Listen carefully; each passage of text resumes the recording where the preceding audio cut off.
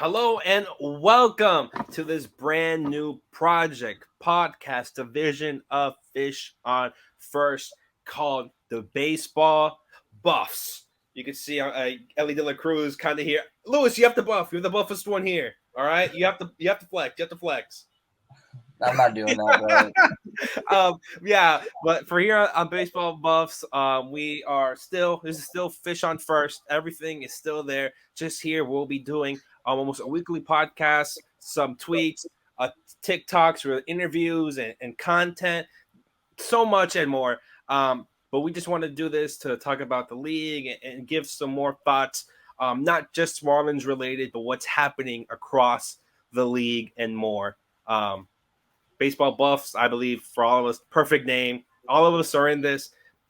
Can't wait to do it. I'm Daniel. This is Kevin, Grant, and below me is the buffest one of them all. He is actually the arms on our logo, Louis Addeo-Weiss. Fellas, how do you feel about this brand new project? I'm excited. There's no other way to say it. I'm excited.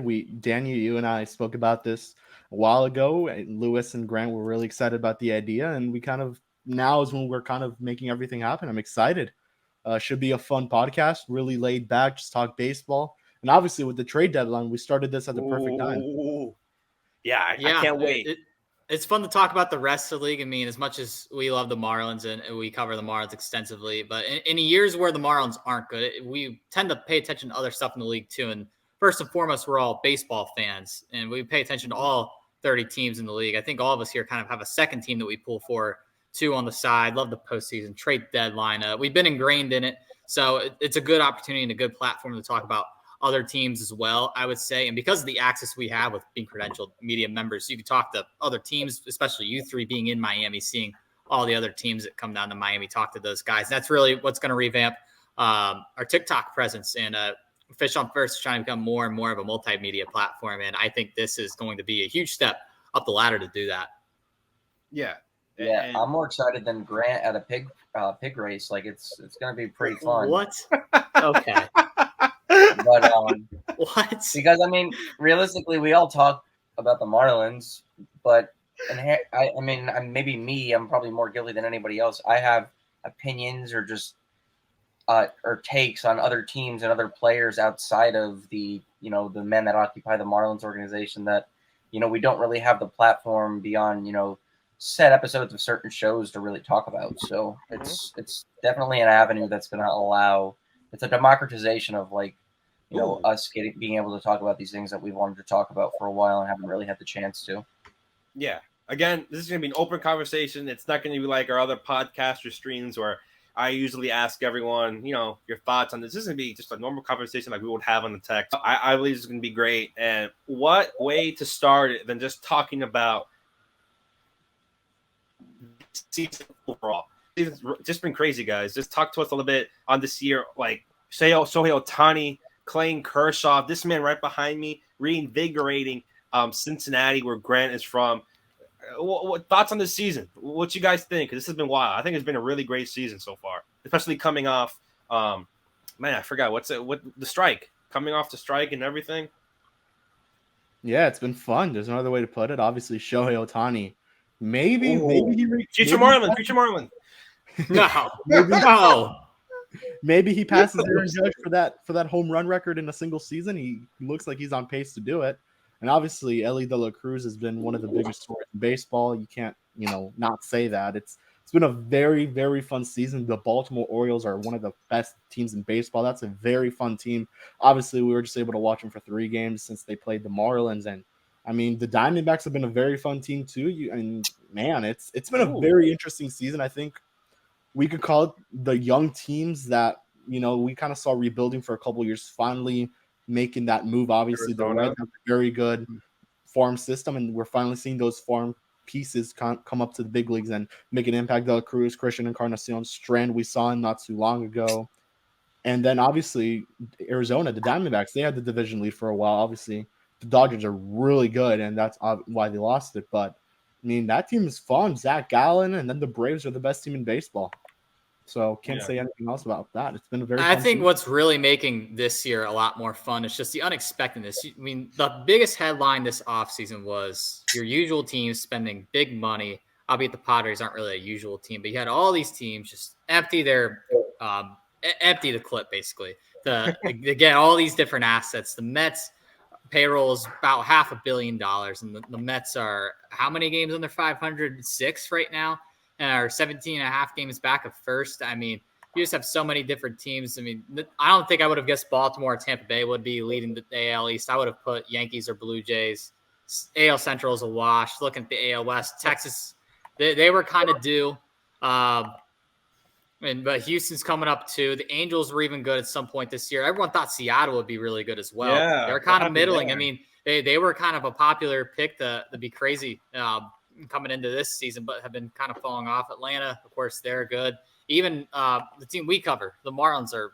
I don't think we all would have expected this. Obviously, they're in a free fall right now, but who would have thought? But I think the biggest surprise of them all was just how bad the Cardinals are. The Cardinals were like my far and away number one team in the NL Central. I thought they were going to win the game. It's the division by 10 plus games, and look at them. And then NL West, every team is good for the most part besides Colorado. So I'm just loving the unexpectedness and quirkiness of this season. There's still a lot of games left to go. So it's going to be fun. There's a lot of just fun teams, and I kind of love seeing the other teams that have these high payrolls but poor management fail. I mean, it was kind of due for some of these teams, I feel like.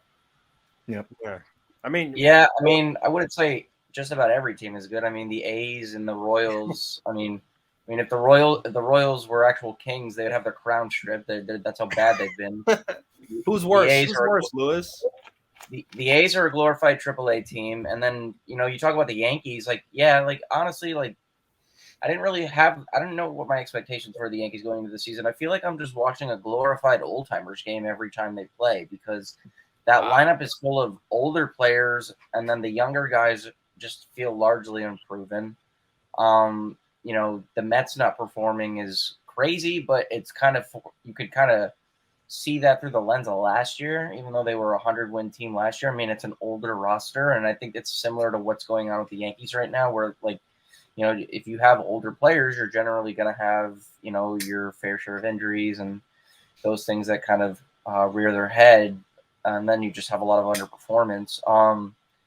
The Cardinals not playing well. I think it's just the how do we really want to put this? It's the one deficit they have really being so pronounced. It's like a wart. It's like a pimple in the middle of your nose kind of thing. Like their pitching has just been so inconsistent, and at times it's just been bad. But you can't really say that they're a bad offensive team because obviously, literally the corners of their infield are covered by two future Hall of Famers, and then some of the younger offensive players have been pretty good, but it's just their pitching is horrendous. Adam Wainwright's 100 years old, and he's never healthy. He's got elbow issues. Flaherty's been wildly inconsistent. Montgomery's been the best pitcher on that team. And even he's one of those guys that I think is susceptible to regression because in this day and age, his stuff doesn't necessarily play up besides maybe his sinker and his changeup. But I don't know. The White Sox are a disappointing team, but even then, I'm not disappointed because that roster is also full of guys who just don't play all the time. The Tigers, I thought they were going to be better. I thought Spencer Torkelson would be better. He's been better of late, but that team overall has been wildly inconsistent. Tank for torque. 2019. Yeah, right. He's about a league average hitter after his recent hot stretch. I like what I'm seeing with the Diamondbacks, but even then, their pitching is only slightly better than the Cardinals, and they play. And I can't say that the division helps them, but the Padres not playing well and their pitching not being a strength is a reason why they are where they are. The Giants are just reverting to their analytically savvy ways and just kind of signing guys like Alex Wood a couple of years ago, pitching well. Alex Cobb is an all-star. Michael Conforto looks commendable as an outfielder again. Mitch Haniger is never going to be healthy. Yeah. He's the tiny Tim of big leaguers. He's always hurt. Oh my God. He's fragile. I'm sorry. I don't need to offend any Charles Dickens fans here, but Mitch Haniger is one of those guys who just never seems to be able to stay on the field. And when he does, he's an excellent player. But he's never healthy. I mean, Miguel Cabrera is kind of having like a crappy farewell tour because he's, he hasn't been that good, but he also hasn't been good for a while. There's a lot of stories. Obviously, I'm not even going to mention Shohei Ohtani because we know what he's doing. Like, it's ridiculous. He's Kyle Tucker. He's like, Kyle Tucker. He's like 1993 Barry Bonds at the plate and like 2011 Justin Verlander on the mound or something close to that. Did you know that 2011 Justin Verlander was the last pitcher to go for 250 or more innings pitched in a season? Yeah, he pitched 250 innings, and I think he allowed something like 240 hits. But I found that out the other day because with my internship, I was doing a sit-down interview with Bronson Arroyo, and he prides himself in length. All those pitchers do back in the day. Oh, wow. And he and I were talking. Arroyo was like my favorite pitcher growing up, so I was digging it. And he's like, I can't remember the last time a pitcher went 250 or more innings in a season, so I found it. Justin Verlander, 2011 with the Tigers, last to ever do it, probably will be the last pitcher to ever do it. I would say, maybe not ever, but I think with the further specialization of pitchers, I think, it'll be quite some time until we see it. I mean, we haven't had a pull it up right now. Hold on. We haven't had a 300 inning pitcher since Wilbur Wood in I think it was 1972, and Kev, you know who that is? No. Wilbur. You remember that for the grid. What teams did he play for? The grid. He might need him. You never know. I'm pretty sure he pitched with the White Sox when he did it, but he was a knuckleballer. And as you know, the knuckleball doesn't put a lot of friction on your arm because it doesn't require a lot of arm speed to really throw the pitch. It's all predicated on grit. So if you throw 300 innings with a knuckleballer, whatever. Right. But again, last pitcher to do it, Justin Verlander, 2011, 250 innings pitched or more in a season. Doc and I think if you want to cut down on that, go look. If you were to reduce the minimum to 230 innings, that probably hasn't happened since Clayton Kershaw. Sandy was close last season, though, right? He was 228 too. I think Clayton Kershaw in 2015. Oh, here we go. Dude, he threw 232 innings, but he hasn't thrown 200 innings in a season since that year. Yeah. So only 7 pitchers have thrown from 250 or more innings in the 21st century. Can you guys name them? Wait, 250? 250 or more. Only 7 different pitchers have done it in the 21st century. Oh, we've already said Verlander. 2 of them. We've said Verlander and Doc. Verlander, Doc. Oh, Roy Halladay. Mike Mussina. Is Mike Mussina one? No, he's not. Oh, I got Kurt Schilling. Kurt did it twice. Yep. Damn. Randy Johnson. Randy. He did. Yep. In 2002. Pedro? What's that? Pedro? No. Dontrell Willis. Dontrell. Nope. Yeah. Roger. Dontrell never eclipsed 250 innings in a season. Well, okay. Nope. Roy you might not get, but there's 2 that are kind of right there. You guys want a hint for one of them? That's kind of a fun one. Yeah. Sure. I mean, if you want, you can give one. This guy played for the Expos. Oh, Jesus. When he did it. Oh, Bartolo Colon? Oh, Bartolo. No. Who was the Expos? Not Pedro. Levon Hernandez. Oh. Okay. Oh, my God. He threw 255 in 2004. Damn. Okay, the last year. Oh, that was the year before they went to There's 2 more. There's 2 more. Someone did it in God. 08 and someone did it in Y2K. I just You guys realized probably won't get who did it. Someone did it in 2000 is what you're saying?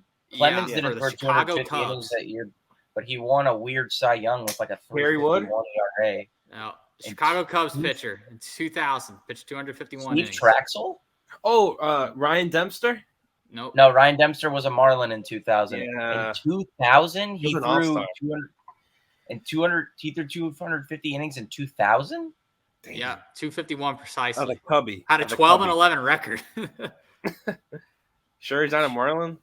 No, Kerry Wood? Yeah. I feel like it's not Kerry Wood. Nope. You guys just want it?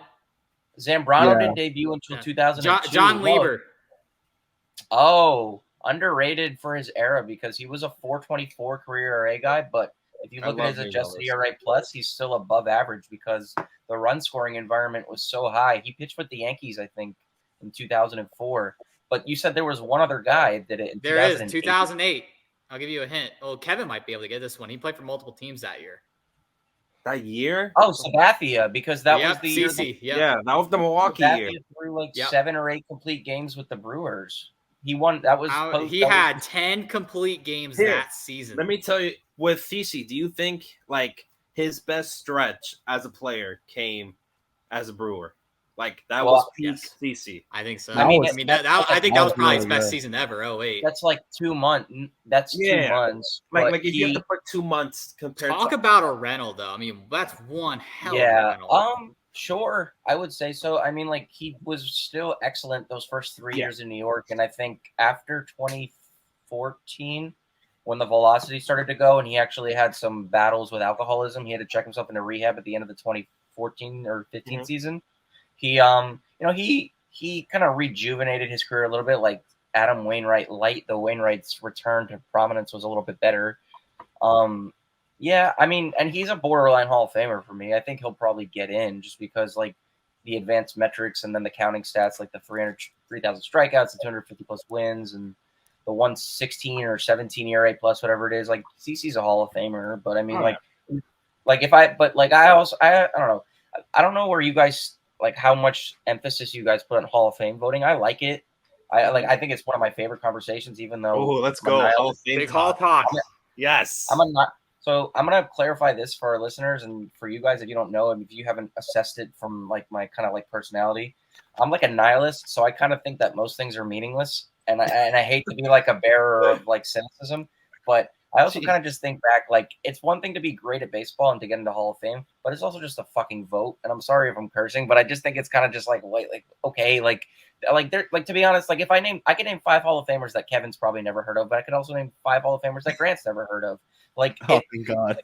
What does it really mean in the lexicon of baseball to be a Hall of Famer? I think really it's like you separate yourself from the millions of kids that grew up playing baseball, and then they reach the performative apex. You know, and for some people that's making an all-star team, getting to the big leagues, winning an MVP. The Hall of Fame is a measure of sustainability, and for some reason, guys like Jack Morris, it's a remembrance of moments that we just associate with, you know, a time in our lives when our responsibilities were slightly diminished. But you know, like there's Hall of Famers that we forget about, and I don't know. I think it's kind of meaningless. But that being said, it's kind of like I don't know. It's kind of like being addicted to something. It's maybe like I'm not addicted to like drinking or you know illicit substances, but maybe I just have this infatuation with numbers and like seeing like okay, if this guy does this, he'll be a Hall of Famer kind of thing. And I apologize if I'm rambling, but I look at like certain Hall of Famers and I think to myself like some guys are like on the upper echelon of like best of all time. Like Hall of Famers, and then there's guys that are like you're a Hall of Famer, but like the casual baseball fan has no idea who the hell you are. And I feel like a guy like Sabathia would be in that category because like a 60 WAR player is impressive. There's like believe there's like less than 60 players ever who eclipse 60 wins above replacement. But I don't know, like I still think like it's like CC Sabathia is like he deserves to be in the Hall of Fame because his numbers are comparable to those that are in. But I still put him at like that lower echelon. And it'd be the same way for a guy like Jim Edmonds. Like I love Jim Edmonds, great player. But if he got into the Hall of Fame, he would be among the lower tier kind of guys for me. Although there's guys like Bill Mazeroski, sub 40 win players that are in the Hall of Fame that I put even lower. I put in that conversation of like how did you get in here? You kind of like snuck in and they just kind of thought that you were like primarily because of second base defense and the home run he hit off of Ralph Terry to win the 1960 World Series. Other than that, he's literally like Omar Vizquel with slightly more power. Go Grant. I've got a hot take. I told about this. I got a hot take because you brought up a good point at the beginning of that spiel about just like kind of how Hall of Fame is meaningless. I mean, you got just a bunch of random dudes voting as to who someone's legacy is. I think the best way to define someone's legacy and to really memorialize a player and cement their legacy is through just retiring their jersey number with the team that they're most notably played for, or multiple teams in that case. I think what a player means to that team and that city through his career, I think the best way to immortalize that player is to retire their number. Because, for example, my hometown Reds, most of the players' jersey numbers they retire are in the Hall of Fame. There's only 2 players that are not in the Hall of Fame that have their jersey numbers retired with the Reds. Pete Rose, who you could debate that. The other is Dave Concepcion, who's probably in the Hall of very good in terms of voting and what voters look at, but Dave Concepcion meant a lot to Cincinnati back then. He's still a fan favorite. You go down to a Reds game, you still see he's a number 13 jerseys. Good player, but I think he's more comparable to a guy that I've talked about before. His name's Mark Belanger. and he's a slightly better hitter than Mark Belanger. But Mark Belanger, for those who aren't aware, was a shortstop for the Orioles in the 70s during the Earl Weaver years, and he was a notoriously horrendous hitter. I mean, he couldn't hit water falling off a boat. He couldn't hit a moon rock if he was standing on the moon. Like, that's how bad of a hitter was. I think he was a career 67 OPS plus hitter, 30+% below the league average. But he was such an elite defensive player at shortstop. And again, the defensive spectrum credits you somewhat for that because it's a premium defensive position that he stayed in the big leagues. I think it was for parts of 16 years. And he's almost like a 50-win player, and 40 of those wins are by way of defense. So he was such an elite defender that he made up for the anemic offense that he produced. Concepcion, to me, obviously people remember him fondly because he was on a team that won 3 pennants and 2 World Series, but he was the weakest offensive part of that bunch. Obviously, when you have for the Joe most part, Morgan, yeah. maybe the best second baseman not named Rogers Hornsby ever. And then you have Rose, and you have Griffey Sr. and George Foster and Bench, and Orlando Cepeda, Tony Perez, or Orlando Cepeda played the Cardinals. I'm sorry, but you get the point. He's obviously overshadowed, but their overall winning just kind of blinds you to the. He played a big part on a great team and one that Cincinnati remembers fondly. I mean, you've had so many great teams that have come through Cincinnati. The Big Red Machine. You put Bengals, Reds, all those teams together. That was the best stretch of sports ever. Of course. And he meant a lot in that. And again, I'm not trying to say whether Concepcion should be in the Hall or not for his numbers or anything like that. Again, he's probably a Hall of very good guy. My point is, I feel like if you retire a guy's number, it shows what they did in that city at that time, what they meant to the fans, the overall contribution they brought that team over a given period of time. And Concepcion was in Cincinnati forever.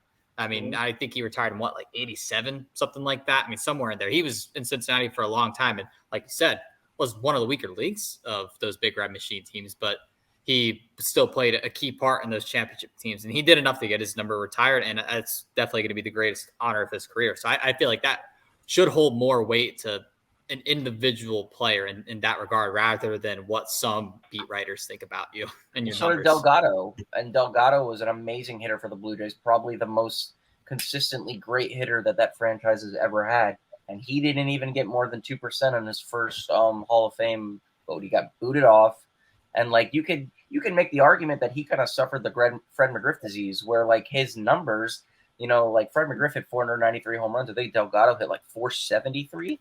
If you, take away the steroid era and what Barry Bonds and co kind of just did for what the league average was considered, because the league average is really just an amalgam of everything, and a league average hitter is just somebody who fits the composite amalgam of everything, mean score, OPS plus 100 kind of thing.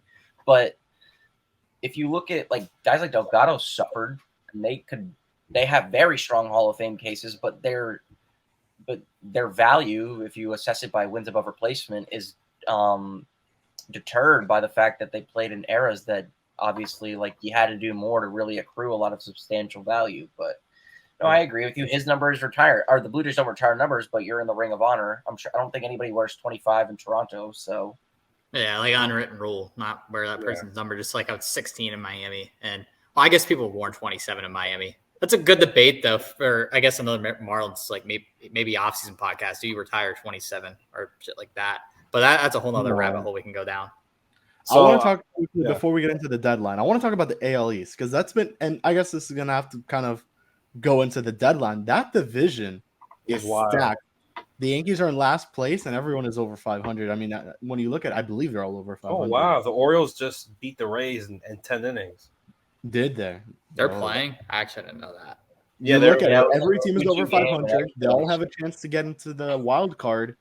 And I do want to I want to quickly go into the Rays. That team has been fun. When we talk about fun teams that are doing it with low payrolls, the Rays are the immediate first team you got to think of.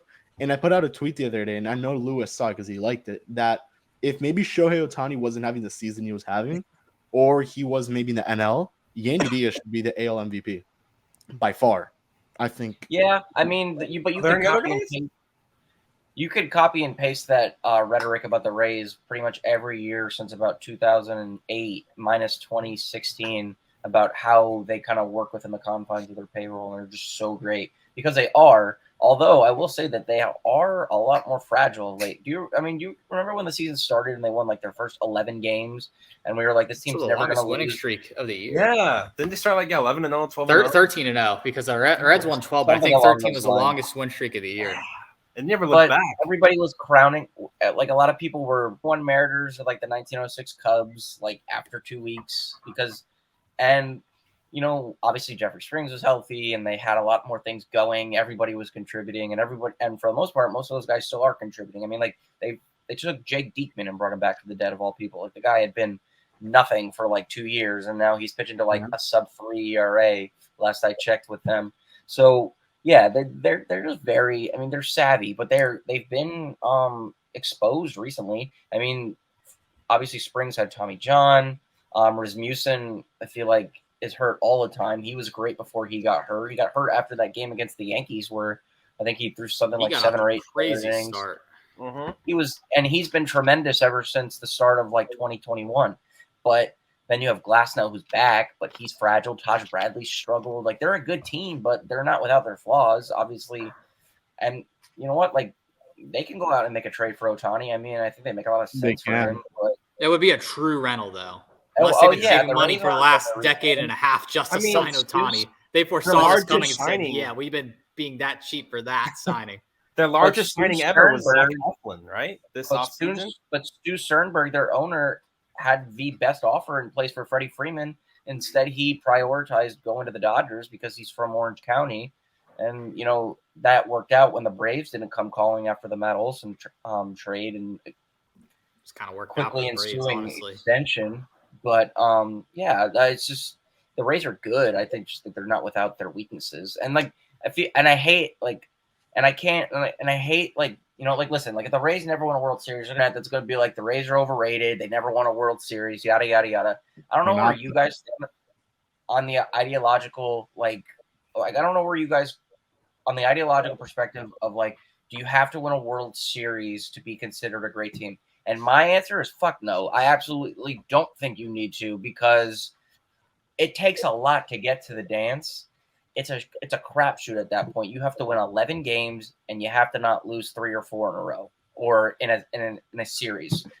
But to consistently do it when you're working with peasant sums of funds, and with an owner that doesn't want to spend in a stadium that's seldom full, which is ridiculous because that team is so wildly entertaining.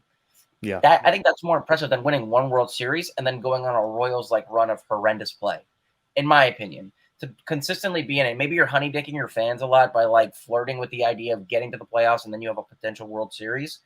But listen, if you're consistently a competitive team, you're going to be fun to watch every year, even if you don't win a World Series in a 20-year stretch. And sure, that'll get annoying after a while. I mean, the Yankees post 2003, division series out, and then you go in 2009 after 6 years of kind of just straddling that line. But I don't know.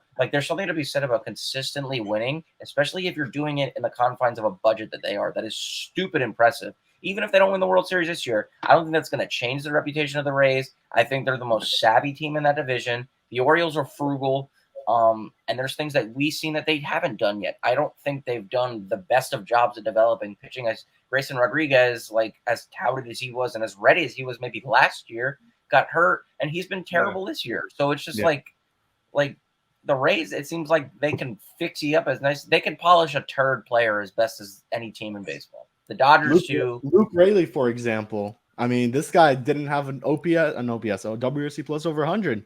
This year he has a 156 WRC plus, and he's their starting DH. I mean, he's in the lineup every day almost. This guy's a stud. This guy's 15 homers. He's career high in homers besides 2018 when he was with the Dodgers in AA. But I mean, major league career high in homers. This guy.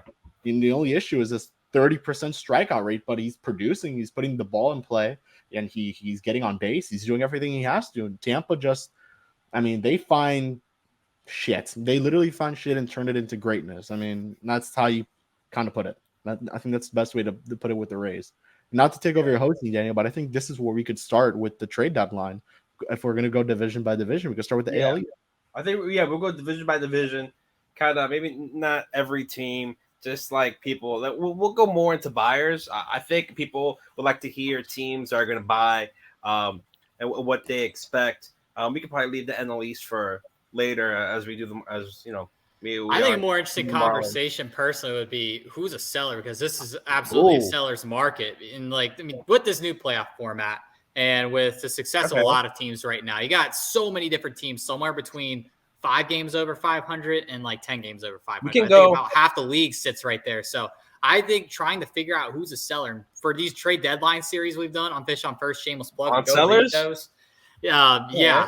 We could go division by division. We've been trying to figure out who's going to be a seller for so long, and it's still so tough, and we really may not know until next week. So let's start off easy. Let's start off AL Central. Who's the seller? Who's a seller? I mean, realistically, Royals? Everyone who's not the Guardians or Twins. I could see the Rays. I mean, I could see a team like the Rays, to circle back to them, asking something for a Brady Singer who last year he overperformed a little bit, but he was still good.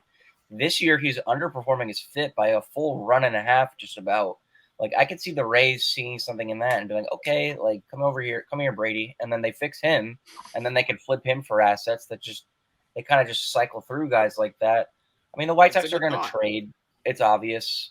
I posted a tweet today. I was flirting with the idea of Michael Kopech, who I like, for a lot of teams that want starting pitching. I think maybe if he continues pitching the way he has since the start of May, where he's pitching at about a 3.25 ERA, he's striking out 10 batters per 9. He walks everybody. I mean, I think if the Marlins per se were to acquire him, I think you would have 2 Edward Cabreras in your rotation at that point, where you're not going to allow a lot of hits, but you're also going to walk everybody. I mean, in the ballpark, that's just 41 walks and his last 66 and 2/3 innings pitched. That's prorate that over 180 inning pitch season, and you're leading the league in walks every year, easy. I don't know what Cleveland's going to do. I mean, Cleveland is they're just, that division is so bad. I mean, it's so bad at the point that if the Guardians lose the next 3 games and the Tigers theoretically win the next 3 games, they're going to be tied in that division. So it doesn't make any sense to me. The Twins are a good team, and yet Pablo Lopez has kind of struggled recently. He was okay today. I think he had 2 runs in 5 or 6 innings. Correa hasn't hit, but he's got the ensuing injury. That's just such a bad division. I feel like you made me dinner, and all I'm looking at is just Campbell's soup and microwave carrots. It just looks like some crap. That's Kevin's meal. No, it's not. I'm kidding. It's Dino Nuggets. It's Dino Nuggets. But what do you guys think? Though? Yeah. I mean, I kind of threw those last 3 teams into the category of, they're going to sell. I didn't realize Detroit's kind of been on a heater recently. They may not know what to do over next week. I've seen so many teams wanting Lorenzen. I'll tell you what they should do. Teams want Lorenzen. I'll tell you what they should do. They should do what the Rays have done in certain years and have measured sell-offs. And what I mean by that is we've seen this too in recent years. Teams that are currently competing will trade current assets for assets that they may have more control of. Trade a need for a need kind of thing. We see this all the time in teams that trade, like Mike Rizzo, the longtime GM for the Nationals, has always traded with teams like the A's. The Gio Gonzalez trade, one example. And he's always said, when I get on the phone with GMs, my emphasis is on giving them something that works for the team that I'm trading with. And i.e., I also want something in return too. That's why I'm having this conversation in the first place. I could see a team like Detroit doing that. Maybe if they drink the truth serum and understand that, all right, this division's bad, but are we really going to sustain ourselves? We have an inconsistency at DH right now. Carpenter's a pretty nice young hitter, but he's got his flaws. Cabrera's gonna retire. Do you want to make the push for Miggy? But their whole pitching staff isn't healthy. Casey Mize is still working his way back from Tommy John. Turnbull's good. Skubal. Let's say hypothetically they make the postseason, they win the AL Central. They aren't getting out of the wild card round, are they? I mean, I guess it's a 3-gamer, but they're not built to go win 3 games or 2 games in 3. Stranger things have happened, but I would obviously err on the side of no, because I don't think they're a playoff team, but I do also think that they can make moves that may not directly benefit them this year, but may set them up for a possible playoff run in 2024. Let me go to the next division. So wait, really quickly. I do want to talk about Detroit. If they were right now to make the wild card, the third wild card, they would be facing the Texas Rangers, who I will say right now they're not going to get the wild card though because there's too many. John Gray did get hurt yesterday. You mean the division spot? Yeah. John Gray got hurt yesterday. He had to leave his start a little early with a knee injury. I think they're going to be the team that goes out and acquires a Lucas Giolito at the deadline. Really? Yeah, because I think like kind of replace DeGrom for like the rest of the season. Yeah, well, and maybe they get a Kopech and a guy that has more control because DeGrom's going to be out next year too. I mean, the pitching market is going to be flooded. Like, I hate saying it, but I know they're going to flirt with the idea of Clayton Kershaw in the offseason because he's from Dallas. I would hate to see that happen just because I'd love to see him stay a Dodger for the entirety of his career. I mean, God, like, I honestly, like, if they were to go out and trade for Ohtani, although I don't know what Artie Moreno, how he feels about trading within his division, though we've seen it before. Craig Gentry, I think, played for both the Rangers and the A's. That's a name. Grid. But if Ohtani went to the Rangers, they're the World Series favorite in the American League for me. I don't really think there's any question. And they don't have a true DH. And then to throw that ace into your rotation, I mean, with a better Matt Manning or a better Dane Dunning and hopefully a healthy John Gray, who's been better with them. Jesus Christ, like that would be scary. Yeah. You guys see me laughing at Dane Dunning. It's a long story. Yeah. It's a very long story, but just know I'm a big Dane Dunning guy. Me, Kevin, and Daniel have some history with that guy. Yeah, everyone wanted him. But no, you bring up a good point though with Ohtani. I mean, not only do you get an excellent DH, you get an ace and that as well, which, I mean, that's obvious and you'd have to give up so much for it. But that also kind of raised the question in my brain that's always churning. How many teams right now could you add Shohei Ohtani to and realistically say this team would become a World Series contender instantly? How many teams in the league can do that to? Off the top of my head, maybe like 4. But like, and those only 4? Yeah. True World Series contender. The Rays, the Rangers, Baltimore. A lot of these teams are already World Series contenders. I'm saying, like, you've got your World Series contenders. The other one, how about that next tier? Not the Braves. The other one was the Braves, but I already think they're a World Series caliber team. Although I do think you just named off 4 World Series teams. How about that next tier of like Diamondbacks, Dodgers, Marlins? The Phillies. You put them on the Phillies. The Phillies, he'd be nasty on. I mean, it's a scary You get topic. Aaron Nola, Zach Wheeler, Shohei Ohtani. The only thing will be like putting him in the lineup because like Bryce Harper is the DH, and then you have Harper is nearing a return to play first base though. Yeah, so you have to put Bryce at first, and then you have to put Schwarber in the outfield. Kev's got an option. What's Kev got? So the Phillies, that's not a bad one. Seattle. I remember he was rumored to sign there out of Japan originally. That'd be a fucking disaster if that were to happen right now. They are like a middling team, yes.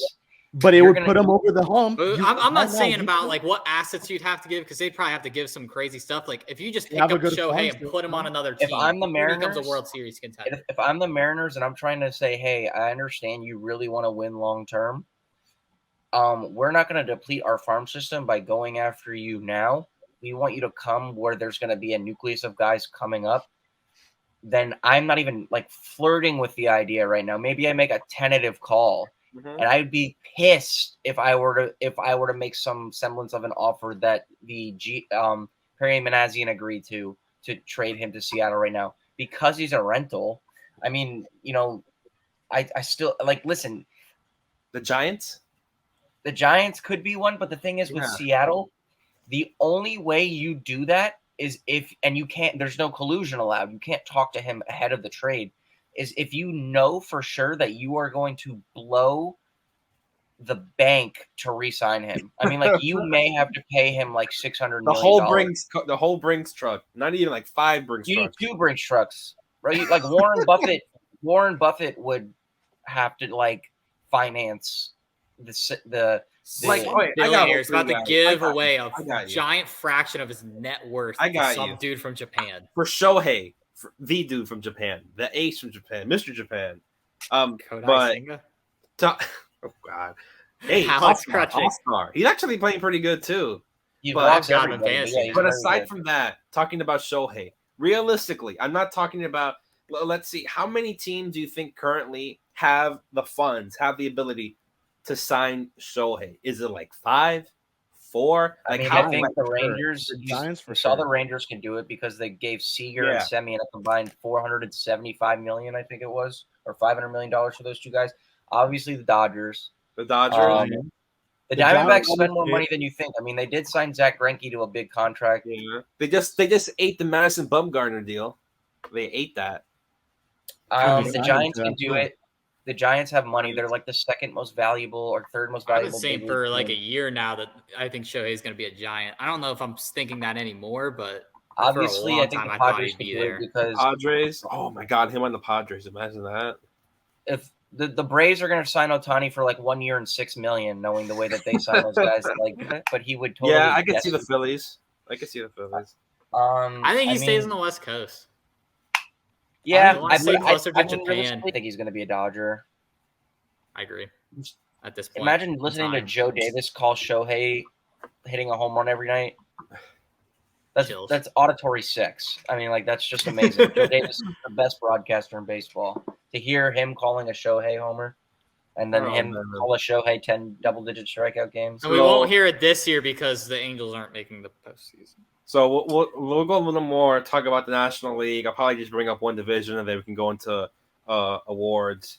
So I think the most interesting one, looking at it, God, it's kind of I would say the one with more teams probably looking at the trade deadline. I would say the NL West.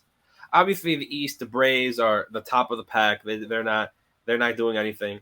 They might add something, who knows, just to get them over a little, make sure they're number one there. But NL Central is kind of like a 2-team race. Maybe the Cubs going at it, but the NL West, the Dodgers, Arizona, the Giants have made a push seemingly out of nowhere to be in the wild card spot, and the Padres, they have all these top guys. It's just, do they need another guy to be able to put over that hump and get to the wild card spot?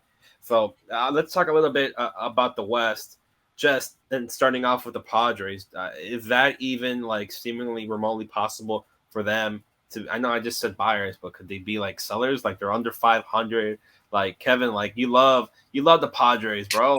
Like everything here, like Juan Soto, Bogarts, Gary Sanchez has just been like home run Gary hitting Sanchez. for them almost every game.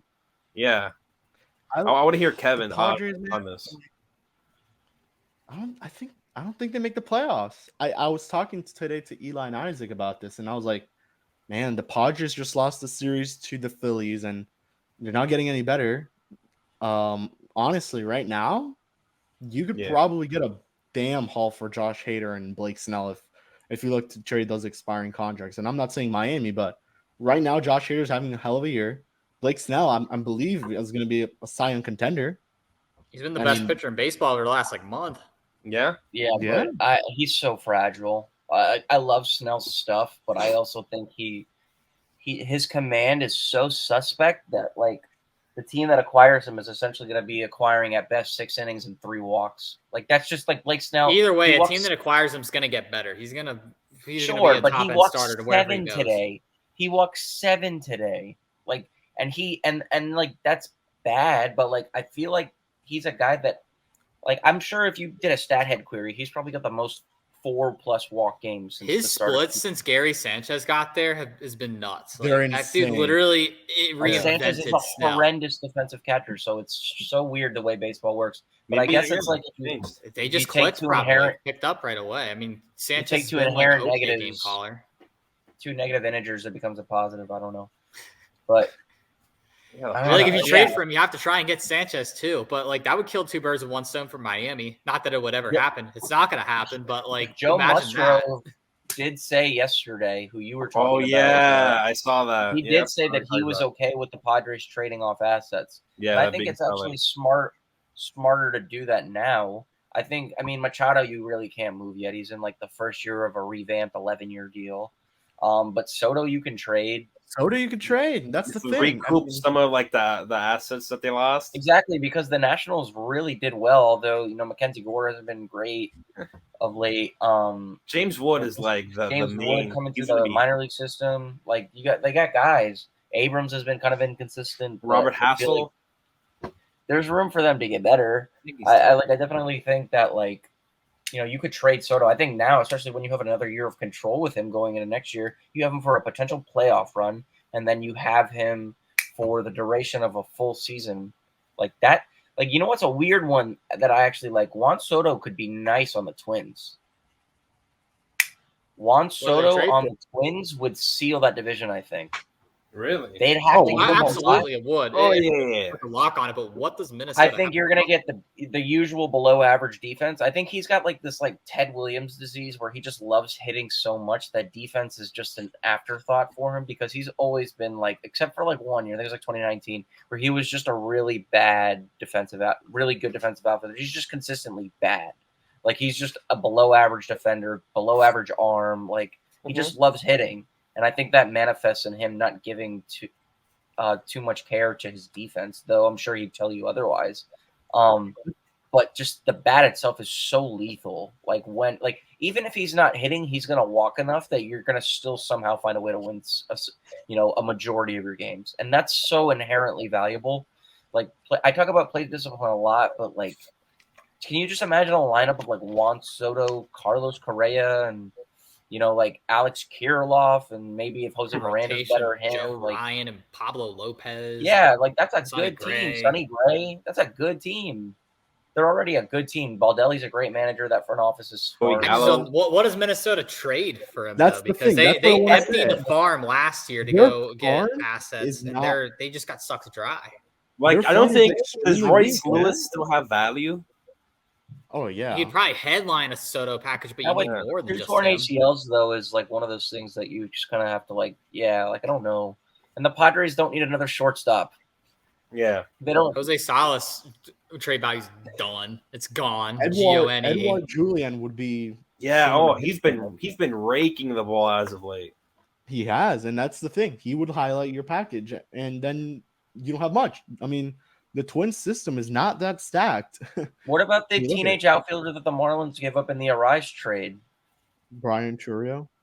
Yeah, how's he? Because he hit well in the minors before the Marlins dealt him. I don't know how he's doing this year, but probably would be pretty insignificant in a Soto package, I'd imagine. You look at what the Padres gave up to get him. I mean, I feel like it'd be something, maybe not quite as much, but it would be something decently similar if that were to happen. I think you again. can have You will need Brooks. You can get 2 very good minor leaguers and maybe 1 quality big leaguer for Juan Soto right now. If you were to trade him, Simeon Woods. Would you guys say that the Arise trade shot them in the foot to try and get Soto? Do you think that would help them, or is that actually hurting their chances more? Because you would have more leeway to trade infielders. No, because you would I don't have think that Arise. matters. I don't think that matters because they already have enough infield depth. I think like Hassan Kim is going to it's not going to be crazy. This may sound crazy, but I think Hassan Kim will finish with as much, if not slightly more, wins above replacement on both Fangraphs and Baseball Reference and Luis Arise, because he's an above average hitter and he's been really good as of late. I've only been looking at his fantasy numbers, but he's been hitting the ball well over the last month. He was signed for his power, and when you go to Petco, it's you're just going to depreciate. Your power's going to depreciate. You're going to lose some of that. For Hacian, then his defense is elite. Yeah. And that's why he's so good. It's no matter what infield position he's playing. He's a 4.5 WAR player right now. He's going to win the Gold Glove. He got off to a terrible start. He was putrid. He's not month guys like that won't win the MVP, obviously, because the defense is important. But they obviously it's an award predicated more on offensive prowess. But I still think that he's so good. He'll equal, if not eclipse, Arise in total value. But trading that, the Arise trade doesn't really matter in that regard because the Padres don't need another infielder. They don't. They have enough. I want to give a destination. Would Cincinnati be a spot for Soto? Oh, that's Grant's spot. Look, but hear me out because They aren't going to resign him. Is the thing. Think about it though. They need to give up prospects. San Diego needs pitching, prospects. not hitting. They're good on hitting. San Diego needs pitching. The Reds need pitching. You could trade that's not a trade the Reds are going to make. I've seen Reds fans talking about Ohtani. Although I love, but that's a true rental. The city of Cincinnati can't afford Joe Burrow and Shohei Ohtani extensions within the same 3-month span. This tiny little city will literally explode if that happens. Grant would be paying like $60 for a bag of rice, like basically. Yes, no, but it would be the city tax would be nuts. Going from that, let's Shohei tax. Let's finish up. To answer Kev's question, it's not an option. Let's finish up these last 10 minutes. We could do like every single award. But I think we could just focus on the two that are the most wide open, and that's the Cy Young for the NL and for the AL. We kind of could do this I don't want to say predictions, but I'm gonna go one by one, like more of a format for this question. Maybe I want to hear everyone, maybe on the AL and NL, who you think has the best shot. Kevin, for Cy Young, I think in the AL. I liked what Joe Ryan has done, but he didn't even make the All-Star game, and he's been really good for the Twins. But is it Cy Young? How many MVPs have not made the All-Star game yet won it? I think Votto did it in 2010, but I don't know any others that did. He made the All-Star team as a final vote in 2010 and won the MVP. And then for the NL, should be Zach Gallen. Yeah. No, he has been too inconsistent of late. I don't know. He's been so good. All right. Let's throw some hot takes in here. Oh, Lord. Oh, boy. All right. I think right now, if the season were to end today, my AL Cy Young would be Garrett Cole. My NL Cy Young would be Logan Webb. However, I think if when it's all said and done, my two Cy Youngs will be NL Spencer Strider, AL Joe Ryan. I think Joe Ryan will be the best pitcher in baseball number-wise when it's all said and done. I think he's gotten a little bit unlucky, yet he's still putting up insane numbers. Plays in a pretty bad division, and the Twins still have a lot of AL Central games left and have one of the weaker schedules left, if I remember correctly. So I think Joe Ryan will finish out really, really strong. He will. And then Strider racks up too many strikeouts. The Braves are good. He's going to rack up wins. He's going to appeal to the older voters for sure. It's between Strider and Gallen, and I guess if Blake Snell keeps doing what he's doing, I guess he's going to get a vote or two, but it's going to be one of... Why haven't you guys mentioned Stroman, though? Stroman is a good one. He's been lucky. Because he's an accident waiting to happen. No. He's been lucky. He is. He's been so lucky. He had that one complete game and a couple other solid starts, but his last time out against St. Louis, 3 2/3, guys, 7 hits, 4 run runs, 4 walks. For the most part, you're NL. For the most part, you're going to have a little bit of luck or you're going to have a little bit of bad luck. If you look at his ERA to FIP, it's like half a run. Sure, he probably wouldn't be. And so put it this way, he's got a 2.88 ERA and he's got a 3.39 FIP. Logan Webb has like a 3.09 ERA and like a 3.30 FIP. And Logan Webb leads NL pitchers in Baseball Reference WAR right now. And he leads the majors in innings pitch. He's probably going to throw 200 innings this year. That's not that big of a deal if you're over pitching your ERA by half a run. Like, it happens. We have awards that calculate, or we have metrics that accommodate for these kind of things. I think Stroman is maybe a safe pick right now, but Justin Steele is another guy that's really safe. I don't really have an answer. That's a good one. I mean, right now, Steele was injured, though. If Logan Webb continues to accrue volume while limiting hits the way he is, I think he's going to be a guy that may win the Cy Young. I like him as a potential Cy Young candidate. In the American League, I think Garrett Cole will get it done and probably win that first Cy Young that he was kind of robbed of in 2019.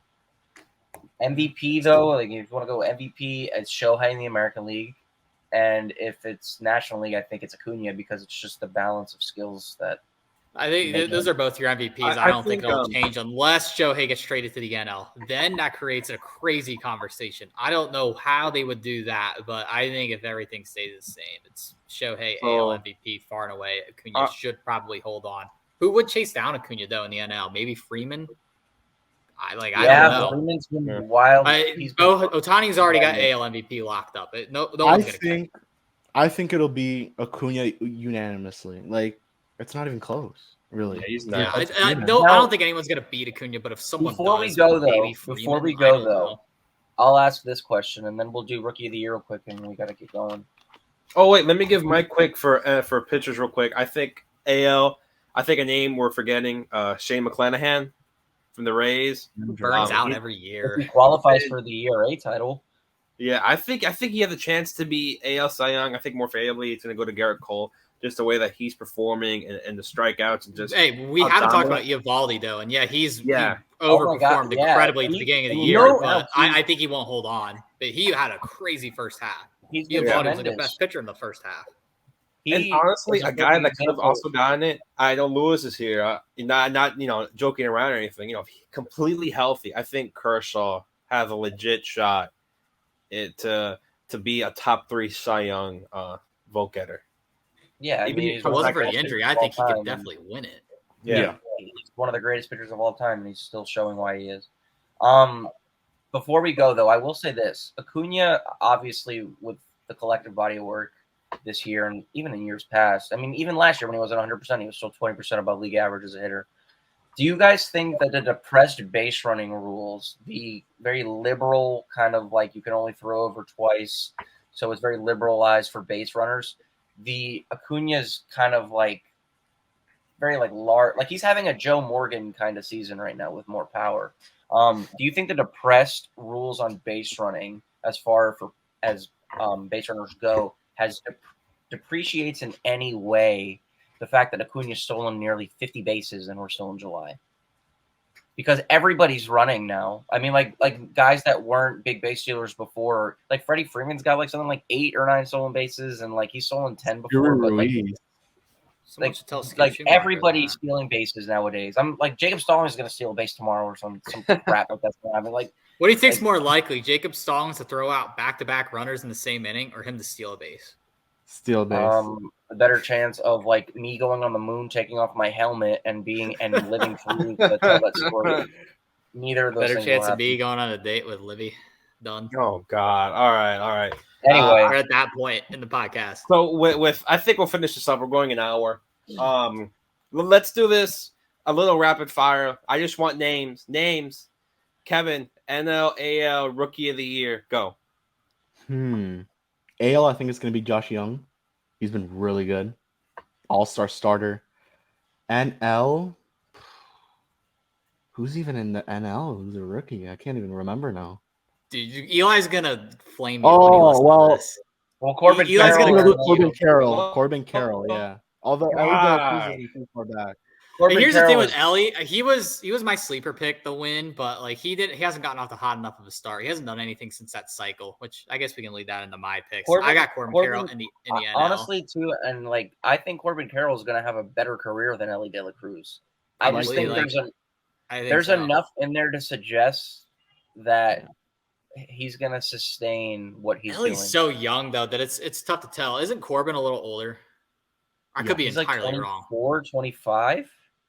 But even then, 21. I feel fine about Ellie, but like that's not a hot take.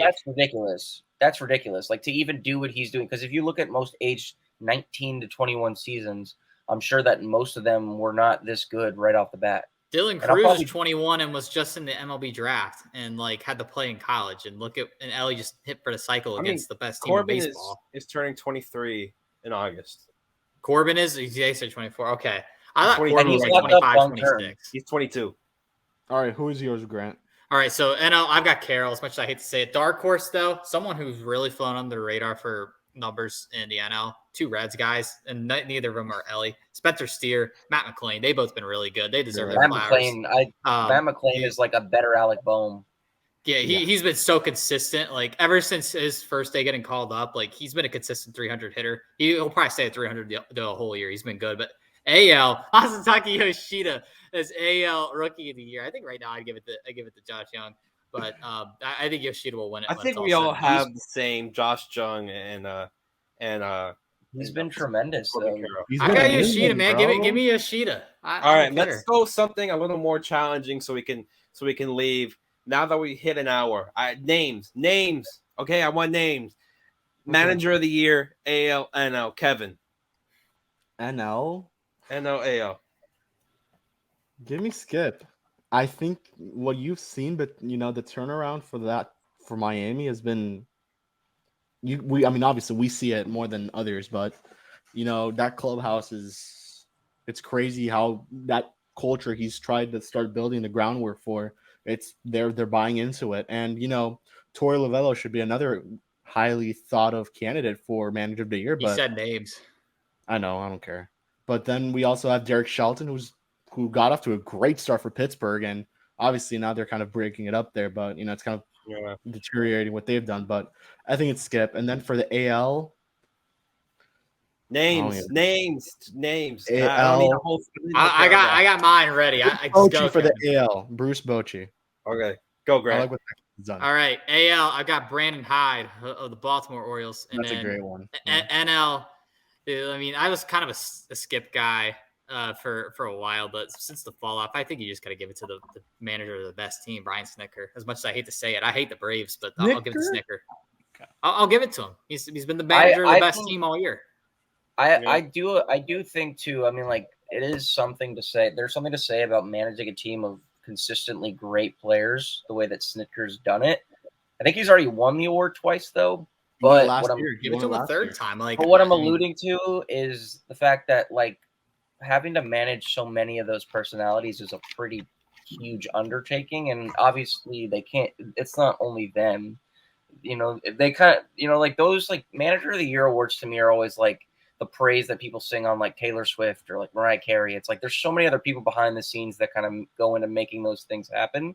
Like, Mariah Carey's not playing any of the instruments. She's like, Snitker's not making every move. Like, there's a lot of other people that go into that, making that decision. But that being said, a manager is a symbolic unifying force. And the fact that Snitker's kind of done so well, despite their pitching being good but inconsistent, like, that's something. National League for me, you asked me a week ago, I probably would have said Skip, but I think I'm having this internal monologue with myself of, like, do I still believe that this team is going to buy the deadline and go to the playoffs? No friggin' idea. I think Lovullo, though, because I think the Diamondbacks really, it was supposed to be next year that core was supposed to fully materialize, because I think that this upcoming offseason would have been the one where they add some more names to really supplement a young core with the veterans like Ketel Marte and such. AL is Bochy, though. Bochy's already a future Hall of Famer. He's just showing again why he's so great. All right.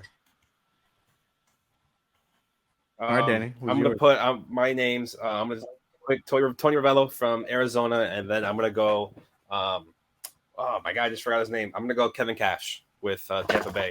Again, just doing with a roster like that, I think that's a good name there. But we're going to end it there. We're already over an hour. I want to thank everyone for listening to the very first episode of Baseball Buffs. Lewis, you have to flex. Come on. Yeah! Let's go.